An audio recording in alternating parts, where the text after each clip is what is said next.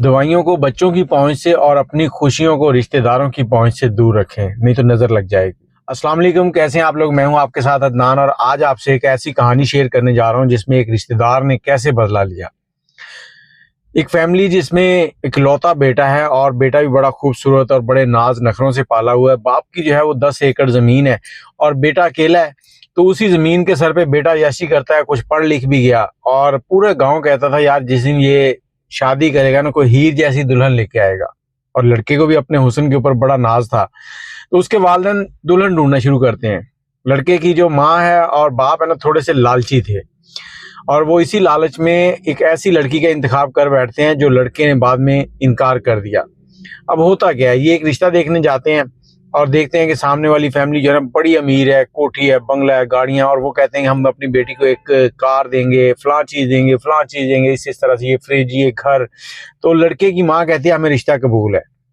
लड़की का बाप जो है ना वो कहता है देखें आपको रिश्ता तो कबूल है बहन, लेकिन उससे पहले आप लड़की जरूर देख लें। कहते हैं कि जब किसी में कुछ ऐब हो ना तो उसको छुपाने के लिए कुछ रेट बढ़ाए जाते हैं। तो यही कुछ यहाँ पर हो रहा था। लड़की में एक ऐब था। अब इनके कहने पर कि कोई बात नहीं हमें रिश्ता कबूल है, लेकिन लड़की के बाप ने फिर भी लड़की को बुलाया और बुलाकर इनके सामने बिठा दिया। जैसे ही लड़की सामने आई है तो एकदम से सारे चौंकते हैं, ये लड़की है। अब देखते हैं कि उसकी एक आंख जो है ना वो खराब है, वो ऐसे बंद ही रहती है। वो बचपन में उसको एक चोट लगी थी जिसकी वजह से आंख उसकी खराब हो गई थी। अब लड़की वाले जो है ना वो देखते हैं, एक तरफ उनके सामने पैसा है, जहेज है, दूसरी तरफ लड़की। तो वो कहते हैं कोई बात नहीं, पैसा आना चाहिए, लड़की की खैर है। वो कहते हैं जी हमें रिश्ता कबूल है, लड़की की एक तस्वीर दें, हम जाके लड़के को दिखाएंगे और फिर आपको बताते हैं। अब वो हाँ कर रहा है, लेकिन सिर्फ लड़के की हाँ का इंतजार था।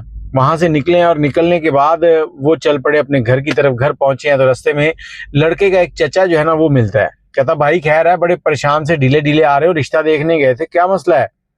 कहता भाई थोड़ी सी परेशानी है, लड़की वाले बड़े अमीर हैं, जहेज भी अच्छा दे रहे हैं, लेकिन लड़की में एक खामी है। कहता क्या खामी है, दिखाओ जरा। तस्वीर दिखाता है, वो देखता है अच्छा लड़की काणी है। तो भाई आप घर जाओ, मैं इसका हल निकाल लेता हूँ, अगर बच्चा पूछे तो कहना तुम्हारा चाचू जो है वो तस्वीर लेके आ रहा है। वो जाता है फोटो स्टूडियो वाले के पास, उसको कहता है कि कंप्यूटर से इसकी जो आंख है ना इसको क्लियर करो और बिल्कुल ठीक, और ये ऐसे लगे जैसे खूबसूरत लड़की है, दोनों आंखें सही सलामत। उसने कर दी, उसने फोटो निकलवाई, लेके घर गया, लड़के को दिखाई। लड़के के माँ बाप ने देखा, वो परेशान बोलने लगे तो उसने कहा चुप, हाथ दबा, उनका हाथ दबा दिया।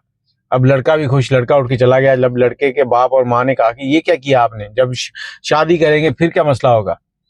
अब वो कहता है कि यार अभी छोड़ो, जब शादी होगी, निकाह हो गया, फिर किसने पूछना। फिर लड़के ने कहना ठीक है कोई बात नहीं, जहेज तो आ रहा है ना। वो भी खामोश हो जाते हैं, चलता रहता है। फिर दिन रख दिए जाते हैं, शादी का दिन आ जाता है, मेहंदी हुई, सब काम बड़े ठाठों से हो रहे हैं। अब मेहंदी का टाइम आया, उसके बाद आगे अगले दिन बारात जानी थी। बारात गई, बारात पंडाल में पहुंची और थोड़ा सा वहां पे ना माहौल चेंज था। अब लड़की और लड़के का जो निकाह था ना वो आमने सामने बिठा के कर रहे थे। और जब लड़की को वहां लेकर आए तो एकदम से लड़के ने देखा कि लड़की की एक आंख उसको लगा कि जैसे बंद बंद है। अब लड़के को परेशानी हुई। लड़के ने लड़की का घूंघट उठा के बड़े गौर से देखा और देखने के बाद उसने शोर डाल दिया कि मैं तो ये शादी नहीं कर सकता।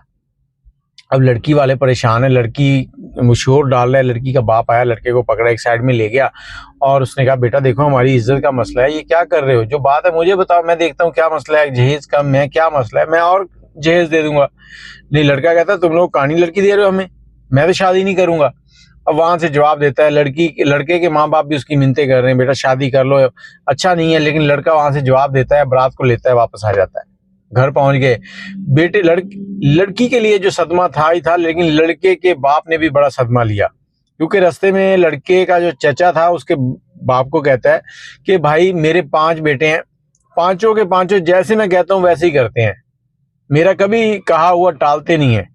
अब उसको ये भी बड़ा लगा कि मेरा बेटा मेरी बात नहीं मानी, मेरे भरी पंडाल के अंदर मेरी बेइज्जती करवा दी, वहां से उठ के आ गया। उसको हार्ट अटैक आता है और उसके बाद हॉस्पिटल ले जाते हैं। हॉस्पिटल के बाद घर आता है, बीमार रहने लगता है, कुछ वक्त गुजरता है, कुछ 2-3 महीने 4 महीने, उसके बाद उसका इंतकाल हो जाता है। इधर लड़का जो है बड़ा परेशान है। जैसे उसका इंतकाल हुआ तो विरासत करवाने के लिए, अपनी जमीन जो थी अपने नाम करवाने के लिए कचहरी गया, तो वहां पता चला कि उसके बाप के नाम तो कोई जमीन ही नहीं है।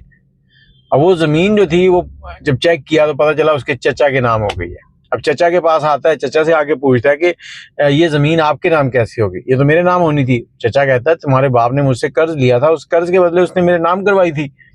लड़का परेशान है, लड़का कहता नहीं ये गलत है, आपने धोखे से करवाई है। कहता जाओ सबूत ले आओ अगर धोखे से करवाई है तो।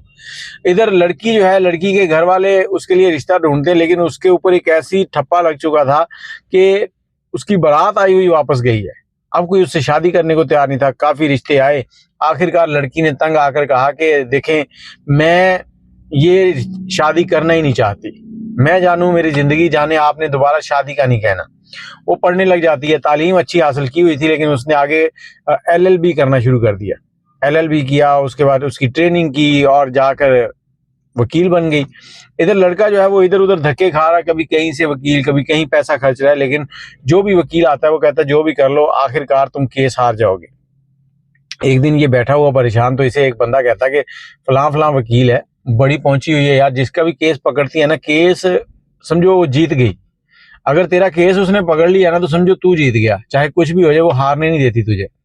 अब ये उसका एड्रेस लेता है, लेके जब पहुंचता है, जैसे ही उसके कैबिन में इंटर होने लगता है तो लड़की इसको देखती है, लड़की को देखता है और लड़की इसको कहती है कि तुम्हारी हिम्मत कैसे हुई यहाँ आने की।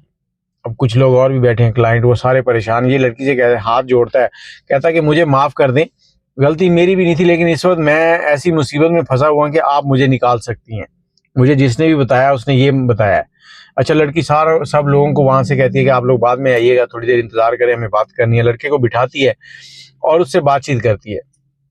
पहले तो लड़का अपनी कहानी सुनाता है कि इस तरह से मेरे चचा ने तुम्हारी तस्वीर जो थी उसमें जो आंख थी वो कंप्यूटर से लगवा के मुझे तस्वीर दिखाई, और जिससे मुझे लगा कि तुम लोगों ने झूठ बोला है।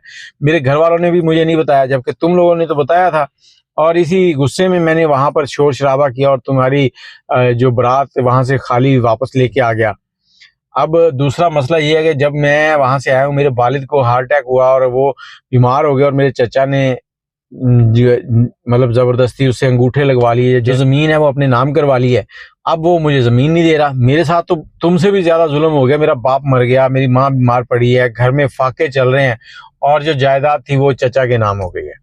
अब लड़की कहती ठीक है, उसने सारी चेकिंग की क्या क्या है। जब देखा कि वो जो जायदाद थी ना वो कंट्रोलमेंट उनके कंट्रोल में थी। अब लड़की ने उन्हें बताया कि ये जायदाद जो है ना, ये अगर आप किसी के नाम भी करवाते हैं तो उसके बाद भी ये उसी नाम पे रहती है। इसका कुछ सिस्टम कुछ और था, इसमें 2-3 मरहले होते हैं दूसरे बंदे के नाम करवाने के। लड़की कहती है कि पहली पेशी पे इंशाल्लाह केस तुम्हारे हक में है। अब लड़का परेशान है और वो लड़की बड़ी मुतमईन है।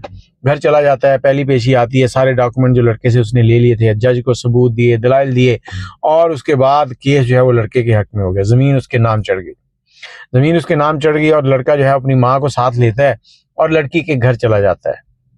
लड़की के घर पहुंचा, वहां पहुंचकर लड़की की माँ से कहता है कि मुझे माफ कर दें। लड़की के बाप से माफी मांगता है और घुटनों के बल बैठ जाता है। सब चार पाइयों पे कुर्सियों में बैठे, वो घुटनों के बल फर्श पे बैठा है, और उनसे माफी मांगने के बाद कहता है कि मैं आप लोगों की बेटी से शादी करना चाहता हूँ।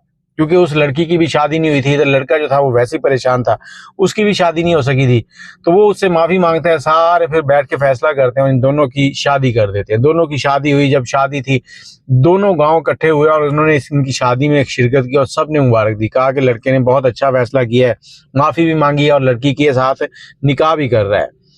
और ये वीडियो आपको सुनाने का मकसद ये है कि अगर आपके पास खुशियां हैं ना, तो वो खुशियां खास तौर पर जो आपके अपने सगे होते हैं ना, जिनको आपकी खुशियां हजम नहीं होती, उनसे दूर रखा करें। अगर उन्हें आप अपनी खुशियां दिखाने लगेंगे तो फिर ऐसे ही नजर लगेगी और आप कहीं के नहीं रहेंगे। ये एक छोटी सी वीडियो आपके साथ शेयर की है, उम्मीद है कि आप समझ गए होंगे कि इसमें क्या बताना चाहा हमने। और अगर आपके पास कोई कहानी, कोई स्टोरी है तो हमसे जरूर शेयर कीजिएगा। नंबर है 0300 2520 629। दुआ में याद रखिएगा। अल्लाह हाफिज।